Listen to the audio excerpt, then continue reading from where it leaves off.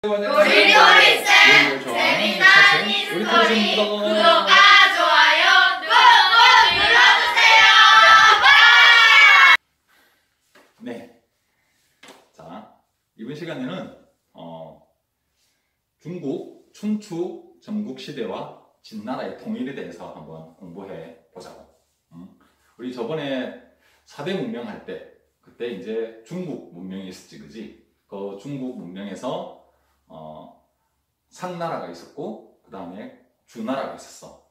그 이제 이번 시간에는 그 주나라, 그 다음으로 중국에서 일어났던 그런 이 나라들에 대해서 이야기를 해볼 거야. 이 이제 주나라 다음에 이제 춘추 전국시대라고 해. 춘추 전국시대는 일단은 춘추 시대와 전국시대를 이렇게 합쳐서 부르는 게 바로 춘추 전국시대야. 여기 춘추 전국시대의 핵심적인 키워드는 철기시대야. 철기시대. 그 다음에 농업이 발전하고 상공업이 발달하고, 그리고 나라끼리의 그런 전쟁이 계속되었어. 그 다음에 이 힘의 논리, 약육강식의 힘의 논리가 있었고, 그리고 이 다양한 사상들이 등장하는 시기가 바로 춘추 전국시대라고 할 수 있어. 일대에 보면 이제 주나라가 있었잖아. 이 이제 주나라가 이 유목 민족들의, 이 북방 유목 민족들의 침입을 받고 수도를 동쪽으로 옮겨서 동주라고 불러. 동주, 이게 처음에 주나라가 있었는데, 이 주나라가 수도를 시안이라는 곳에서 이 나급이라는 곳으로 이렇게 수도를 옮기고, 즉 이때부터를 동주 시대라고 불러. 동주. 그럼 당연히 요 앞번 시대는 서주라고 부르겠지. 서쪽, 동쪽. 동쪽으로 수도를 옮겨갔다. 그래서 동주라고 부른다. 그 다음에 이제 이 시대가 이제 이 시대부터 이제 춘추 시대가 시작되고, 그 춘추 시대를 지나서 전국 시대가 이렇게 온단 말이지. 근데 이 이제 춘추 전국 시대에서는 이 주나라의 왕실의 권위가 크게 떨어지고, 이제 각 제후들이 힘 있는 제후들이 서로 치열한 전쟁을 하던 시대가 바로 춘추 전국 시대. 이게 이제 왜 이게 전쟁이 났냐 그러면, 우리 주나라 그때 봉건제도에 대해서 배웠잖아. 주나라의 봉건제도. 여기 보면 주나라의 봉건제도, 주나라 봉건제도가 있었잖아. 봉건제도. 즉 뭐야? 주나라 왕이 있고, 그 밑에 이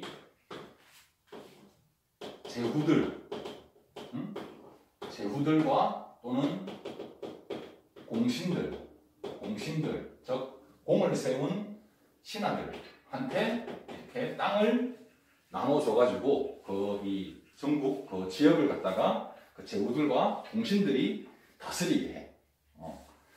이렇게 봉건제도라는 거는 이렇게 왕이 땅을 나누어주고, 여기서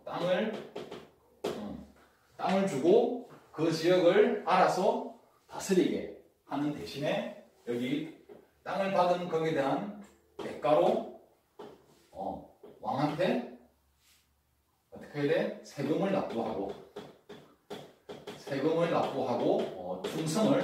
충성을 다해야 돼. 이런 걸 우리가 봉건제도라고 한다는 말이야. 봉건제도. 근데 이 주나라의 봉건제도는 앞번 시간에도 배웠겠지만은 뭐다? 혈연 중심이다. 혈연 중심. 혈연 중심이 뭐냐면, 이 왕의 핏줄들, 왕의 친척들을 제후를 삼아가지고, 주로, 물론 그 중에는 왕의 친척이 아닌 사람도 있었지만은, 주로 왕의 친척들한테 이렇게 그런 혈연관계, 핏줄인 그런 친척들에게 땅을 나누어 주었다는 게 이 주나라 봉건제도의 특징이지. 알겠지? 그렇게 이제 이 땅을 받은 사람들이 이제 제후가 되는 거야. 제후가 되어서 이쪽 그 지역을 자기들이 알아서 다스리게 돼. 그러니까 이제 주나라 왕실이 있고 이 중국 주나라 땅을 갖다가 각각 제후들이 이렇게 나누어서 땅을 다스리게 되는데 이제 여기서 이제 각각 제후들이 이제 서로가 더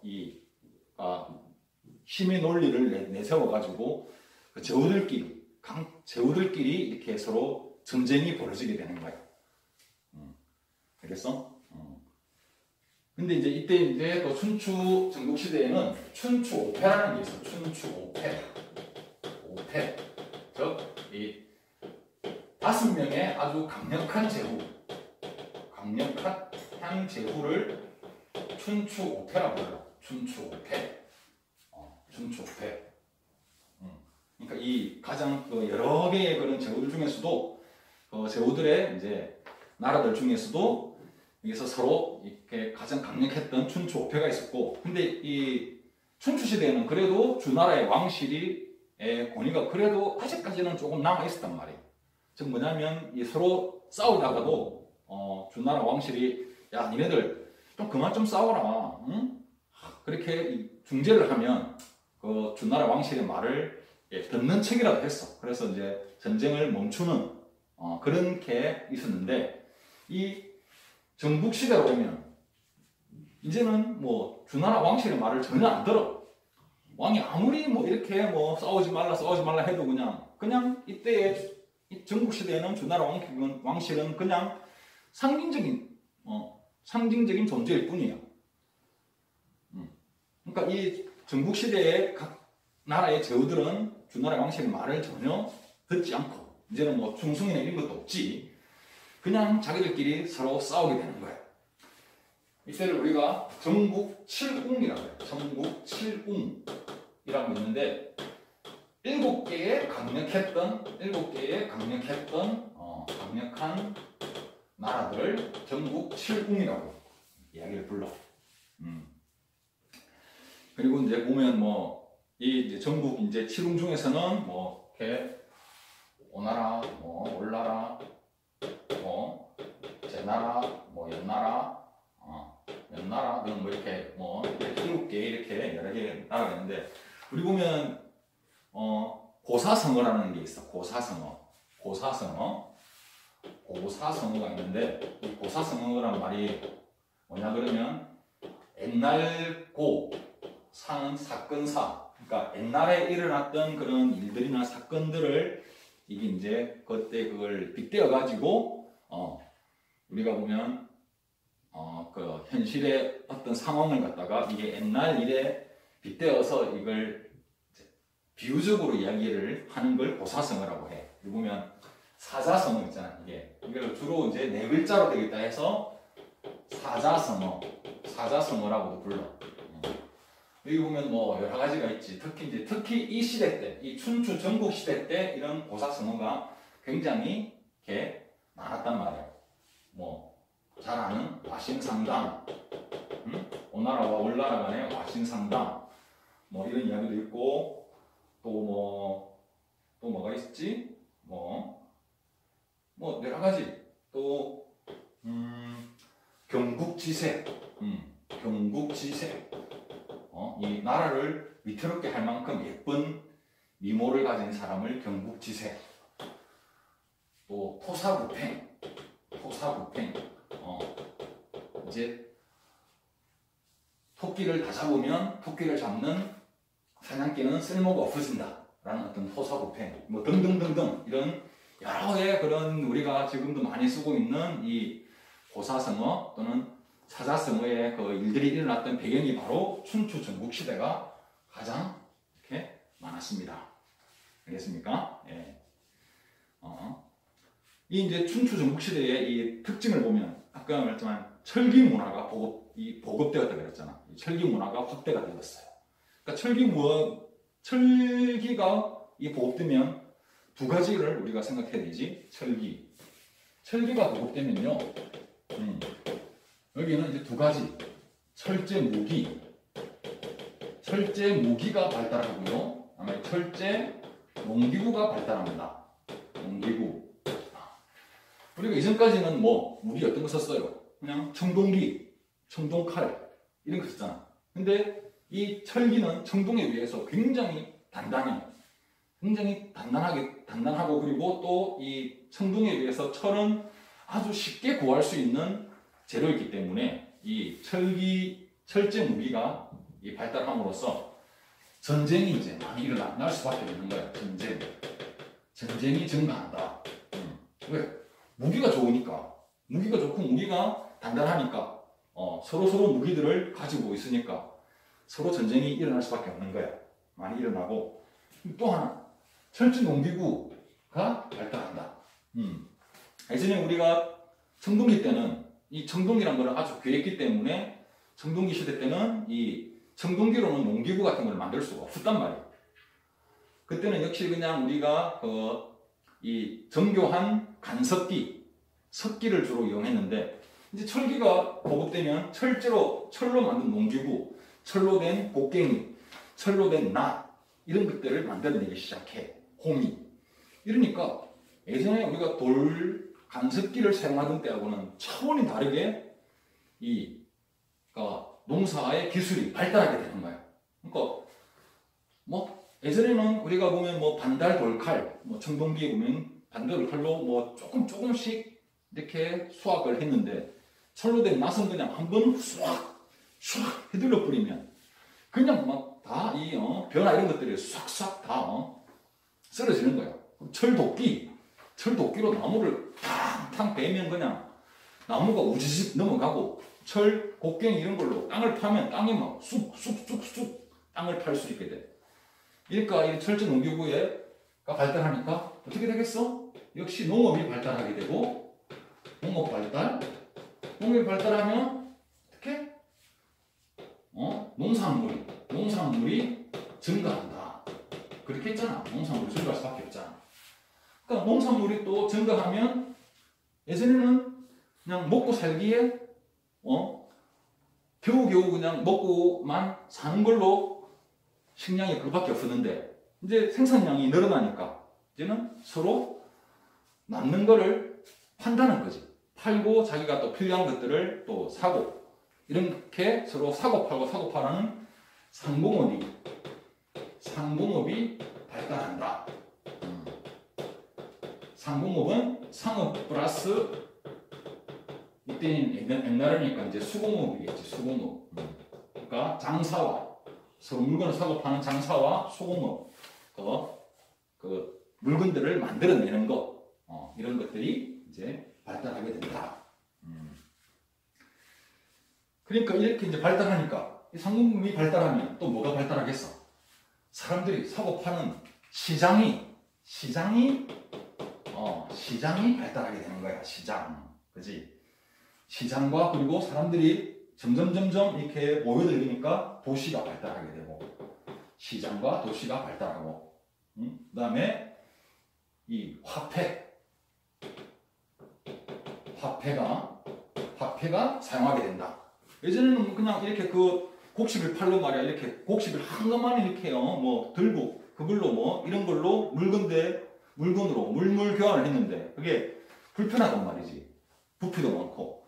근데 이 화폐를 사용함으로써 화폐만 주면 그냥 해당 자기가 원하는 물건을 살 수 있는 그런 화폐가 등장한다. 우리가 이렇게 이 춘추 전국시대의 특징에 대해서 이야기했어요. 일단은 그러니까 철기가 보급되고 철제 무기가 되고 철제 농기구가 발달하고 그러니까 철제 무기는 전쟁이 증가하고 농업이 발달하고 농산물이 증가되고 상공업 발달해서 시장과 도시 화폐가 등장하게 된다. 그래. 자, 이때 이제 보면 이제 각 아까 말한 그 이제 춘추 시대나 전국 시대 때 서로 이렇게 각 나라끼리 서로 싸웠잖아.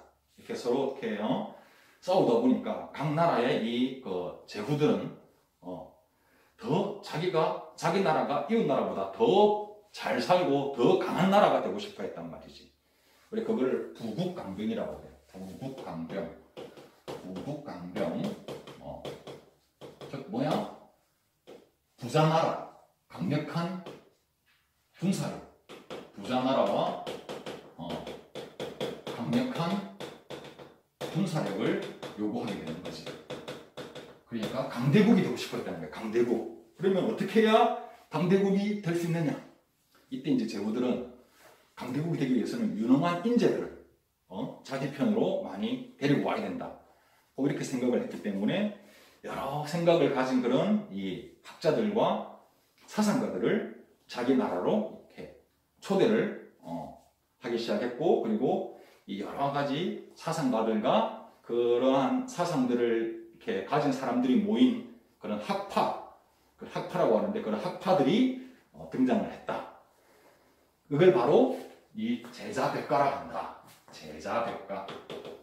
제자백가는 이제 여러 가지 사상 플러스 학파들. 여기 이제 제자란 말은 여러 제. 그리고 자자라는 거는 어떤 그 사상이 있어가지고 가장 높은 사람을 이름 뒤에 자자라고 불러줬어. 우리가 잘 아는 공자, 맹자, 순자, 묵자 이런 식으로 거기서 가장 높은 사람. 그리고 백은 이제 일백백인데 많다. 가는 집가자인데 이거는 학파를 말해. 그러니까 요거는 여러 명의 그런 사상가들을 말하는 거고, 이거는 여러 학파를 말하는 거지. 학파. 이거를 해서 제자백가라고 했단 말이야. 제자백가. 그리고 이게 이제 대표적인 우리가 이 제자백가는 누가 있냐 그러면 보면 우리가 이제 유가가 있지. 유가는 유교의 어떤 기원이 되는 거야. 유가는 주로 공자, 맹자가 대표적인 사람이고, 이 유가가 이렇게 주장하는 바는 뭐냐면 왕도 정치를 주장했단 말이야. 이게 뭐냐면 이제 왕이 이 덕과 예로서 나라를 다스려야 된다. 왕은 왕답게, 신하는 신하답게, 백성은 백성답게 서로 간에 예의를 다하고, 그리고 왕이 덕으로서 이렇게 나라를 다스려야만이 백성들이 왕을 잘 따르고, 그래서 결국 나라가 아주 부강해진다. 이렇게 주장하는 게 유가. 그 다음에 도가라는 게 있어. 이게 이제 도교의 기원이 되는 건데, 이거는 주로 노자나 장자가 있는 거야. 이 이제 도가는 뭐냐면 유가를 비판해서 놓은 게 도가야. 왜? 그러니까 이 도가에서는 무위자연이란 거를 주장했는데, 이 무위자연이라는 게 뭐냐 그러면 그냥 아무것도 하지 마라. 그냥 자연적으로 그냥 냅둬라. 자연으로 흘러가는 대로 살자. 이 도가에서는 이 유가, 공자나 이런 맹자들이 보면 이제 예의를 지켜라. 어떤 왕은 왕답게 어떤 그런 걸 해야 된다. 이래야 된다. 저래야 된다. 이렇게 그렇게 하는 어떤 이제 인위적으로 만드는 어떤 그런 것들이 이렇게 더 이게 사람들을 구속한다고 생각했던 거였지.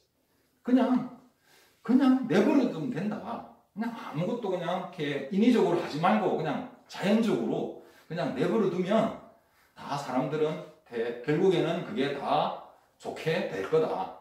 그러니까 뭘 일부러 뭔가를 하려고 하지 마라고 주장했던 사람들이 바로 도가였어. 그 다음에 또 이제 법가가 있어. 법가에는 주로 이제 상앙이라는 사람, 상앙 또는 항비자가 있는데, 이거는 법치주의를 세웠어. 법치주의. 자, 세상을 갖다가 다스리기 위해서는 법이 필요하다. 강력한 이렇게 법으로 써야만 백성들이 법을 무서워하고 그 법을 잘 지키고 할 때에 이 나라가 이 부강해진다. 그러니까 법과 처벌로서 나라를 다스려야 된다고 주장했던 사람들이 바로 법가. 이런 법가고. 그 다음에는 이제 또 묵가라고 있습니다. 주로 묵자인데 이 사람들은 뭐냐 그러면 경애라는 걸 주장했어. 경애. 이 경애가 뭐냐 그러면 이 묵가는 한마디로 평화주의자였어. 이렇게 각 나라끼리 전쟁들을 많이 할 때 결국 누가 피해를 보나? 결국에는 힘없는 나라 그리고 힘없는 사람들, 백성들 밑에 있는 하층민들이 가장 많이 죽고 가장 많이 피해를 보잖아. 그러니까 이 묵가들은 그냥 평등한 차별 없는 평등, 누구나 다 사랑하자, 누구나 다 평등하자, 그런 이제 차별 없는 사랑을 바로 겸해라고 하는데 이것을 주장을 했어. 근데 이제 이 당시에는 이제 이게 솔직히 잘 통하지는 않을 거잖아. 서로 이 양육강식에 서로 싸우는 그런 와중에서 서로 차별 없이 사랑하자 하면 이게 뭔가 통하겠어? 안 통하겠지. 그러니까 이 묵가들은 뭐냐면 강대국이 약소국을 약한 나라를 이게 공격해서 정복하는 걸 아주 반대를 했단 말이에요. 그러니까 이 묵가들은 이 약소국 일단 처음에는 강대국에 가서 그 왕을 설득을 해. 이렇게 전쟁을 해서는 안 됩니다. 근데 그 설득이 안 통할 때는 어떻게? 약소국에 가서 강대국이 약소국을 공격할 때 약소국의 편에 서서 강대국을 방어를 해주는 거야. 이데 묵가들은 주로 이 이제 목수들의 그런 집단이었다고 해. 이 묵이라는 게 우리가 이게 이제 까만색 먹 있지. 이 먹에서 나오는 게 묵인데, 이 옛날에는 목수들이 이렇게 이제 먹줄을 해가지고 이렇게 나무를 반듯하게 자를 때 보면 이렇게 먹을 입힌 그런 이제 이렇게 줄을 나무에다가 탁 대면 나무 위에 이렇게 줄이 쫙 생기겠지, 그지? 그러면 그 줄을 따라서 이렇게 똑바로 톱으로 자르든지 그렇게 해서 그런 먹줄이 그런 목수들한테는 많이 쓰였다는 말이에요. 이제 거기에서 유래된 말이 묵가인데, 그러니까 목수들다 보니까 여러 가지 그런 이게 방어 그런 무기들을 아주 잘 만들어 냈었어. 그래서 그런 무기들을 만들어 내가지고 약한 나라의 입장에 서서 강대국들을 방어를 해줘. 몸소 그런 걸, 이 약한 자의 편을 들어서 행동으로 옮긴 사람들이 바로 묵가라고 할 수가 있어. 그러니까 우리가 이제 유가, 도가, 법가, 묵가 이렇게 이 네 개가 주로 이 제사백가의 대표적인 제사백가다 이렇게 알고 있으면 될 거야. 자, 근데 이렇게 이제 아까 말한 전국 이 17개의 이런 나라들이 서로 싸움이 있어가지고 이때 이제 그 중에 하나 있던 진나라가 얘가 이제 진나라에서 아주 진나라가 나머지 6개 나라들을 다 정복하고 중국 최초로 통일을 하게 돼. 여기 진나라에 아주 걸출한 인물이 나왔는데 바로 진시 황제. 이 진시 황제가 이 중국을 이 정복 시대를 다 나머지 6개 나라를 다 통일시켜버려. 정복을 해서. 그래서 중국 최초로 통일된 통일 국가를 완성한 게 바로 진나라고 진시 황제다. 이걸 알면 돼. 그리고 이 진시 황제에 대해서는 아주 여러 가지 재미난 이야기들이 많은데 오늘 이야기하면 시간이 너무 오래 걸려. 그러니까 한번 진시 황제에 대한 이야기들을 한번 인터넷이나 책에서 한번 찾아봐봐. 아주 재미난 이야기들이 많이 나와. 여불리에 관한 내용이라든지 이런 여러 가지 재미난 내용들이 많다. 오늘 이제 다음에 또 시간이 나면 그 진시 황제만 따로 한번 이야기를 해줄게. 자, 그러면 이 이제 진시 황제의 업적에 대해서 알아보자고. 이 진시 황제가 여러 가지 업적을 세웠어요. 이 진시 황제의 업적을 보면 일단은 이제 군현제를 실시했어. 군현제. 이 군현제라는 게 뭐냐 그러면 우리가 주나라에서는 이 봉건제도를 했잖아. 봉건제도를 했는데 이 군현제는 뭐냐면 이 중국을 다 통일한 다음에 자기가 통일한 그 나라들을 다 군과 현으로 이걸 쪼갠단 말이에요. 쪼개가지고 이게 그 군, 현 지방에 왕이 임명한 관리들을 파견하는 거예요. 지금 우리 지금의 그런 우리 행정구역 비슷하지. 우리도 보면 지금 경상남도가 있고 그 안에 보면 또 함안군, 창원시, 고성이라든지 김해시 이렇게 시와 군 이렇게 이게 다 행정구역이 쪼개져 있잖아. 그처럼 진시황제는 전국을 군과 현으로 이렇게 쪼개가지고 거기에 왕이 임명한 관리를 보냈다는 게 중요해. 왕이 임명한 관리를 보냈어, 파견했어. 즉 왕이 직접 아니지만은 거의 왕이 이제 왕명을 받은 관리들이 전국을 다스렸다. 아주 이제 강력한 왕권이 있었다는 거지. 왕권. 그러니까 왕의 명령이 지방까지 아주 잘 전달이 된다는 거지. 그 다음에 즉 이 군현제를 실시함으로써 뭐가 된다? 중앙집권 체제가 체제라 할 수 있다.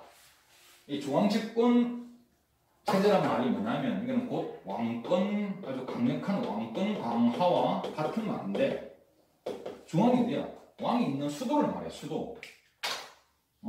이 왕이 있는 수도를 중앙이라고 해. 집권이라는 거는 권력을 잡는다는 거지. 그러니까 수도에서 권력을 잡는 체제, 즉 왕이 권력을 잡는 체제. 모든 게 왕에서 그 권한이나 권력이 나와가지고 이게 지방으로 내려가는 걸 중앙집권 체제라고 한단 말이야. 여기에 이제 반대되는 말이 뭐냐면 지방분권이라고 하는 거예요. 지방분권. 그러니까 너무 수도에만 이게 힘이 집중되어 있지 않고 각 지방에서 이게 힘을 서로 나누어서 각 지방은 지방에서 알아서 자기들이 알아서 다스리는 걸 지방분권. 중앙집권은 수도에서 아주 강력한 어떤 힘을 가진 왕이 전국을 다스리는 걸 중앙집권. 알겠지? 그리고 이 진시황제는 일단은 법과 사상을 이제 통치 기반으로 삼았어. 진나라에. 왜냐하면 여러 개의 나라들을 이제 통일했잖아. 통일했기 때문에 이 각 나라들의 어떤 그런 문화와 관습이 이게 다 다를 거잖아. 다를 건데 이게 그러되면 그대로 내버려 두면 이게 통일한 의미가 없잖아. 그러니까 아주 하나의 법과, 그러니까 동일한 법과 동일한 제도로서 이제 강력한 법과 제도로서 이 통일된 전국을 다스렸다는 거야. 그리고 그 법을 따르지 않으면 강력하게 처벌했기 때문에 이 중국에 있던 그 통일된 다음에 각 나라의 백성들은 이제 그 법을 따를 수밖에 없었어. 그래서 강력한 법과 사상을 이걸 통치 기반으로 했다. 그리고 이 황제라는 칭호를 사용한 거지. 황제. 이때 이 황제라는 말이 처음 나오는데, 그러니까 진시황제는 진나라의 제일 처음 황제라는 의미야. 진시황제야. 이 황제는 우리가 이 중국의 그런 기원에 봤을 때 삼황오제라는 말이 있어. 삼황오제가 있는데, 이 아주 이 중국 건국, 그러니까 신화에 나오는 건데, 이게 세 명의 아주 거의 신과 같은 존재와 5명의 또 아주 또 뛰어난 그런 이제 지도자가 있었다. 이 삼황오제 다음이 이제 우리가 중국 배웠던 상나라 이렇게 나오는데, 상나라, 주나라가 나오는데, 아무튼 여기서 황과 제를 따서 황제라고 이름을 붙인 거야. 그러니까 일반적인 왕을 나라 넘어선다는 거지. 왕보다 더 높은 사람을 우리가 황제라고 하잖아. 이때가 처음 나왔던 게 황제라는 말이 나왔던 거야. 황제라는 칭호를 진시황제가 붙인다. 칭호를 붙이고, 그 다음에는 이제 도로를 정비하고 또 화폐를 통일하고 도량형을 통일해. 도량형을 역시나 통일한다. 이 말이 무슨 말이냐?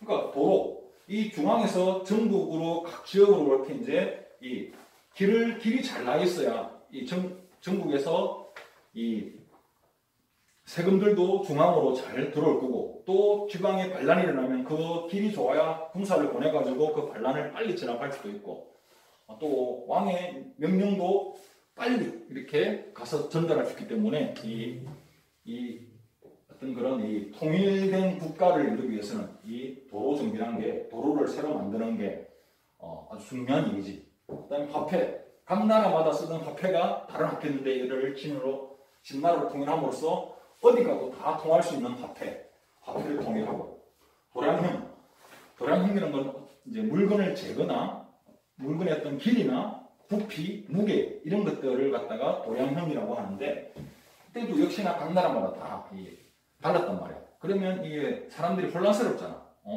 이쪽에 가면 뭐 이만큼을 만약에 이제 1kg로 하고, 이쪽에서는 아주 작은, 그보다 더 작은 걸 1kg라고 그러면 이게 안 맞잖아. 그래서 전국적으로 다 도량형을 다 통일시킨 거야. 어디 가더라도 같은 길이, 같은 무게, 같은 부피로 사용하게끔. 그러니까 이게 이제 통일된 그런 나라를 하기 위해서 일했던 그런 업적들이 있었다. 그리고 또 이 북방민족, 그 진나라 위에는 항상 북방 유목민족이 있었는데, 이 유목민족들이 이렇게 가끔씩 보면 쳐들어와요. 근데 얘네들이 굉장히 사나운 애들이야.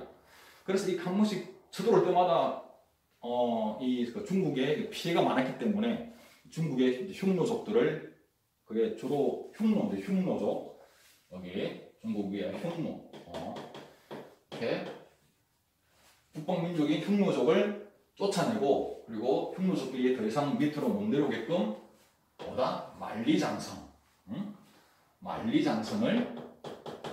만리장성을 쌓았다. 이게 이제 진시황제 업적 중에 또 유명한 업적이겠죠, 그죠? 그리고 또 한편으로는 이 아래쪽까지 또 영토를 확장해서 베트남 북부까지도 통일을 했어. 북부도 이제 정복을 했어. 베트남 북부도 정복을 했다. 만리장성을 축조라고 해서 쌓는 걸 축조했고, 베트남 북부도 정복했다. 근데 이제 이러다가 이 진시황제가 근데 지금 이제 우리가 중국 가면 만리장성 있지, 그지? 만리장성 있는데, 이 만리장성은 지금 진시황제 때 만들어진 만리장성이 아니라 그 사이에 많이 막 무너지고 막 이렇게 했어. 또 전쟁도 많고 하니까, 또 시간이 오래 가다 보니까, 이때 지금 있는 거는 명나라 때 다시금 이렇게 이제 보수공사를 해가지고 이렇게 있는 지금 만리장성이고, 이 이제 진시황제는 이렇게 중국을 통일하고 아주 위대한 업적을 갖다가 세웠단 말이지. 근데 자기도 어쩔 수 없는 게 있어. 바로 나이 들어 죽는 거. 이건 어쩔 수가 없잖아, 나이 들어 죽는 거. 그래서 진시황제는 어떻게 하면 내가 죽지 않고 영원한 이 권력과 이걸 누릴 수 있을까라고 이제 고민하다가 죽지 않는 이 불로장생을 하고 싶어 했단 말이지. 불로장생. 늙지 않고 오래 사는 거. 그런데 이걸 듣고 이 서복이라는 사람이 이제 진시황제는 불로장생, 늙지 않고 오래 사는 것, 즉 영생의 삶을, 영원한 삶을 원했는데, 근데 그게 가능할 리가 없잖아. 근데 아무튼 이 서복이라는 사람이 이걸 제 이야기를 듣고 진시황제한테 접근한 거야. 그리고 이 서복이 진시황제에게, 황제시여, 저에게 아주 3,000명의 어린 남녀와 이 배와 그리고 식량과 물자를 주시면 제가 이 세계를 돌아다니면서 분명히 그 불로장생초 먹으면 영원히 사는 그런 이 약초를 제가 구해오겠습니다. 저는 그게 어디 있는 줄 알고 있습니다. 라고 이야기를 해. 그래서 이 진시황제는 그렇게 참 똑똑했던 진시황제가 자기가 오래 살고 싶다는 그 욕심 때문에 머리가 조금 약간 이렇게 이게 뭐 이 흐릿해졌는지 이 서복한테 서복의 요구대로 다 들어줘. 그래서 서복은 그 3,000명의 어린 남녀 아이들을 태우고 식량과 물과 물자를 싣고 이제 요 아시아 쪽을 갔다가 여러 나라를 돌면서 마치 이제 진짜로 불로 장생초를 구하는 것처럼 했단 말이야. 근데 그러다가 결국 구했냐? 못 구했어. 돌아갔냐? 안 돌아갔어. 그리고 이 서복이 한마디로 이제 사기친 거야. 사기를 쳐가지고 그냥 그거 먹고 이제 어디 갔어 어떻게 됐는지는 아무도 몰라. 근데 우리나라 이 제주도에 보면 서귀포라고 있어. 여기 요 밑에 서귀포라고 있는데 이 이제 서귀포에 보면 이게 정방폭포가 있어. 그 정방폭포 옆에 보면 크게 이제 그 바위에다가 한자가 써 있는데 거기 이제 한자 보면 이렇게 이 서복이 여기에 왔다가 간다라는 그런 이 글자가 써 있대. 그러니까 물론 서복이 진짜로 거기까지 왔다 간지는 모르겠지만은 아무튼 그러한 이 이야기가 제주도 서귀포에는 계속 흘러내려오고 있어. 알겠지? 자, 이러다가 이제 이렇게 진나라가 하다가 이 진나라 결국 멸망하고 마는데 왜 멸망을 하고 마느냐? 그러니까 이 진나라 멸망에는 이 분서갱류라고 있어. 분서갱류라고 있는데 이제 멸망, 진나라의 멸망. 분서는 책을 태운다는 거야. 갱류는 유학자들을 걔는 땅에다가 파묻는 거야. 그러니까 유학책을 불에 태우고 유학자들을 땅에 파묻는 이런 사건이 벌어져. 왜? 이 진시황제가 아주 강력한 그런 이 법치주의, 법과 사상을 통치의 이념으로 한 법치주의를 하니까 처벌도 굉장히 세요. 그러니까 이 유학자들, 특히 유교의 유학자들이 보니까 유학자들은 뭘 주장한다고 그랬어? 왕이 덕으로서, 황제가 덕으로서 백성들을 다스려야 되고 예의를 가해야 된다는데 너무 가혹한 정치를 한다 해가지고 이 항의가 많았던 거야. 그러다 보니까 이제 그 특히 이제 이때 한비자가 있었고 한비자가 아니라 이 이사 이때의 이사야. 이때의 그 진시 황제의 선상인 이사가 있습니다.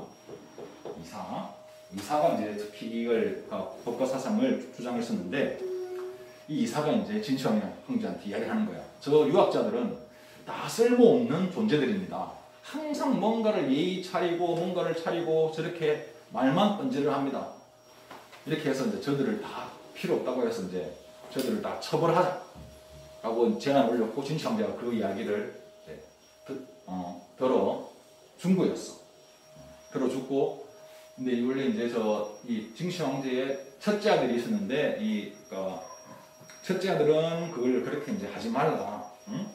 그렇게 너무 가혹하게 하지 말라고 했지만은 그 첫째 아들의 의견을 무시하고 진시 황제는 이 유학책들을 다 불태우고 유학자들을 땅에 파묻는 이런 참극을 벌이는 거야. 이런 분서갱류가 있었고 그리고 또 지나친 대규모 공사.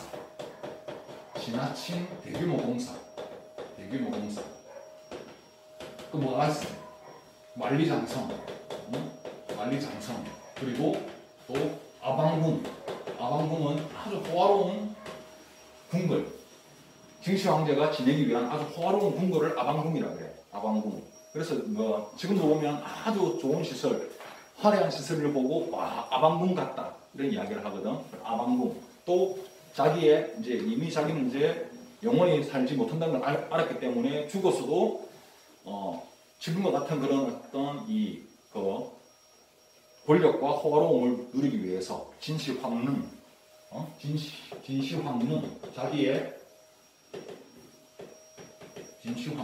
자기의 무덤을 거대한 무덤을 만들게 한단 말이야. 이렇게 대규모 이렇게 이제 공사를 하면 결국 이 공사는 누가 하느냐? 백성들이 하잖아. 이 백성들이 이 대규모 공사로 너무 힘들어하고 이 죽고 자기 이 공사 가면 자기 일도 뭐 농사나 이런 뭐 장사나 이런 일들을 못 하게 되잖아. 그래서 아무튼 너무나 이게 고된 이런 공사 일과 거기서 또 많은 사람들이 죽어나가요. 그래도 그냥 무리하게 공사를 시키는 거야. 이러다 보니까 이제 그리고 지나치게 가혹한 통치, 법과 사상에 의한 가혹한 통치로 인해 가지고 그때는 조금만 뭐 법을 어겨도 사형이야.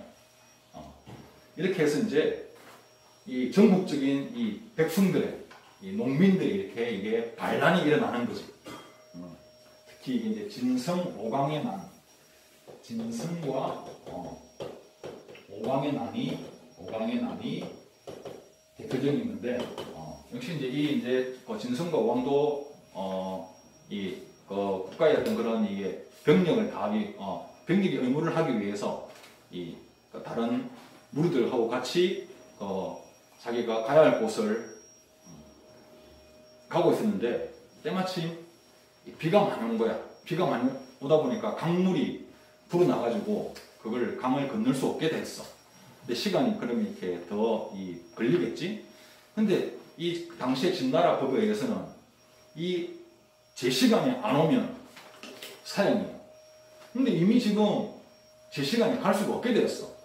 그러니까 가도 사형, 안 가도 사형 이렇게 되니까 에이 이럴 바에 그냥 우리가 반란 일으키자. 이래가지고 진성과 오강이 이제 중심이 돼가지고 반란을 일으키는데 이때 이제 전국적인 어떤 호응을 얻어가지고 순식간에 막 수십만 명의 이런 농민들이 거기 진성과 오강의 무리에 같이 합류하게 돼. 그래가지고 이런 어떤 이 농민들의 반란으로 이게 통일한 지 진시 황제가 통일한 지 겨우 15년 만에 이제 진나라가 멸망을 하고 말아. 그리고 이제 그 다음에 이제 이 진나라는 또 항우와 유방에 의해서 근데 그 농민 이런 반란을 갖다가 항우와 유방이 이 농민 반란을 진압하고 그다음에 이제 유방이 이제 항우를 이기고 뒤에 이 진나라 다음에 이 한나라를 건국해서 이 한나라가 두 번째 그런 중국 통일 왕조가 된다. 그리고 이게 이제 이 유방과 이 항우의 싸움을 우리가 나온 이야기가 초한지라고 했어. 초한지가 있는데 이거는 이제 초나라, 한나라의 이게 우리 장기의 기원이 돼. 그 장기에 보면 이 빨간색과 초록색이 있지, 그지?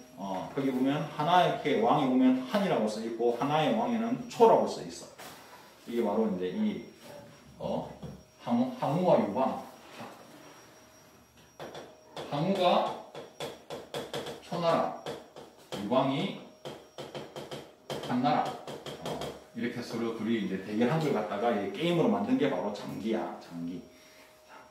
이렇게 이제 아무튼 유방이 항우를 이기고 결국 두 번째 통일 왕조인 한나라를 세웠다.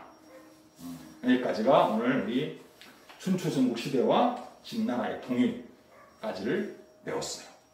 질문 있습니까? 없어요? 오늘 여기까지 할게요.